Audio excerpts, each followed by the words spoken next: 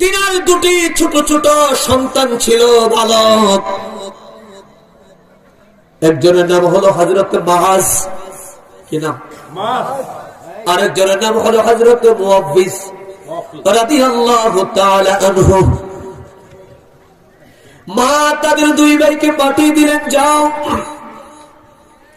আল্লাহর নবী রাহমাতাল লিল আলামিন বদরের প্রান্তে যাবে।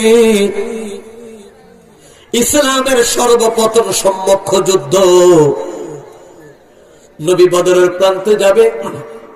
আমার নবী সৈনিক তালাশ করে, ও আমার জাদুবড়িরা যাও আল্লাহর নবীর দরবারে চলে যাও, নবীজির সাথে তোমরা যুদ্ধের ময়দানে অংশগ্রহণ করো। দুইজন ছোট ছোট বালক নবীজির দরবারে এসে ডাক দিয়ে বলেন, ইয়া রাসূলুল্লাহ, ইয়া হাবিবাল্লাহ, নবীজি গো, আমরা শুনেছি মক্কার কাফেরেরা মদিনায় আক্রমণ করার জন্য আসতেছে। হুজুর, আপনি তাদের মোকাবেলা করার জন্য একটি সৈন্যদল আপনি প্রস্তুত করতেছেন। ইয়া রাসূলুল্লাহ, ইয়া হাবিবাল্লাহ, আমার মা আমাকে পাঠিয়ে দিয়েছে, দুই ভাইকে পাঠিয়ে দিয়েছে, আপনি নবী রাহমাতাল লিল আলামিনের সঙ্গে যুদ্ধের ময়দানে যাওয়ার জন্য। জবান খুলে কোন মারহাবা।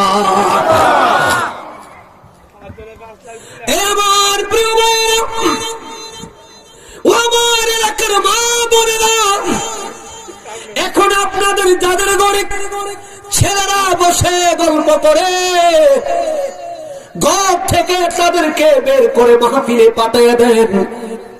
আমার মা বোনেরা, যাদের স্বামী এখনো ঘরে বসে আছে, স্বামীদেরকে মাহফিলের মধ্যে পাঠিয়ে দেন।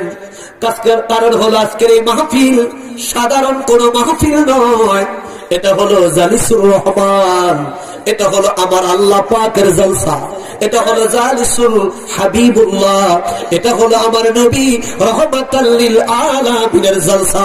কথা বলেন ঠিক কিনা?